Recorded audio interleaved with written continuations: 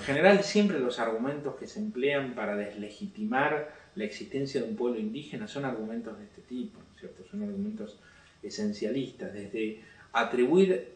pautas culturales que parecieran ser las que definen en sí la pertenencia a un pueblo, hasta lecturas muy estereotipadas, ¿no es cierto? Por ejemplo, el decir el pueblo, vinculadas por ejemplo con los territorios, con las zonas de asentamiento, es decir, ese pueblo no estaba en ese lugar, entonces si alguien está en ese lugar no es de ese pueblo. Se empieza a ver que esto es mucho más complejo y que en un territorio, en una región, en una zona podían interactuar distintos pueblos y por supuesto en los distintos momentos históricos esto se va modificando. Ya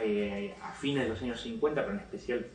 fines de los años 60, empiezan a lo que se llaman las miradas subjetivistas, las miradas que asignan una gran importancia al sujeto, y se empieza a considerar justamente que lo que importa es lo que los sujetos consideran, es la forma como los propios sujetos definen su identidad. Estos enfoques son los que hoy son,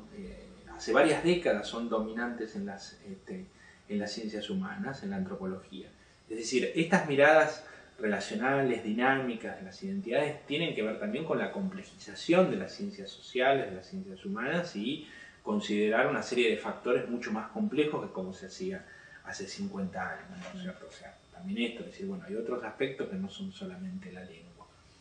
Pero lo que sucede es que está muy extendido en el sentido común, en los medios masivos de comunicación, en distintas propagandas, que las identidades son así, son como esencias, ¿no es cierto? Hay un pueblo indígena, por ejemplo, porque siempre la mirada se dirige hacia un otro, en el cual necesariamente tiene que tener ciertas características para poder ser incluido dentro de ese pueblo. Se tiende a ver justamente, bueno, una relación con la lengua, una relación con ciertas pautas culturales que serían las que definirían claramente la pertenencia a ese pueblo, y también muy marcado con un determinado territorio. Entonces, esto enseguida lleva a, por ejemplo, desconocer los cambios culturales que hay en un pueblo determinado, en un grupo étnico determinado. A desconocer a los pueblos que tienen características que no entran dentro de esta definición bastante estática y estereotipada que se hace de los mismos. A creer, por ejemplo, que tienen que estar necesariamente en un medio rural aislado, lejano. Esta esencialización que también se hace de las comunidades, como si los pueblos indígenas para ser tales tienen que vivir en comunidad y desconocer a los indígenas urbanos, cuando en Argentina ya hace varias décadas la mayoría de la población indígena es urbana, no es rural.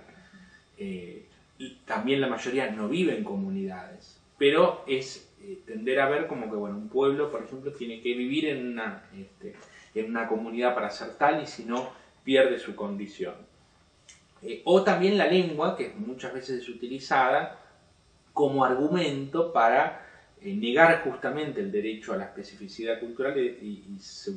emplea como argumento, no es por ejemplo de tal pueblo indígena porque no hablan la lengua o han perdido la lengua y eso implica la pérdida de la cultura. Como si justamente no hubiera habido un proceso en América Latina en general y en Argentina en particular, claramente de imposición de una lengua oficial como es el idioma castellano y la negación de todas las otras lenguas que podían tener otros migrantes de distintos orígenes y en especial también los pueblos indígenas, ¿no es cierto? Por ejemplo, bueno, en Neuquén hay testimoniados en las investigaciones que hemos efectuado en población mapuche en los años 50 por hablar la lengua, que la gendarmería, que en ese momento se había establecido el puesto, que obligara a hacerles a los pobladores trabajos forzados, que además eran los trabajos más duros, entonces así no los tenían que hacer ellos, por el hecho de hablar la lengua, por ejemplo, cortar leña, ¿no es cierto? Eso tenemos testimonios y eso lo atribuyen los pobladores actuales a una de las causas por las cuales se ha dejado de hablar la lengua. En un momento determinado,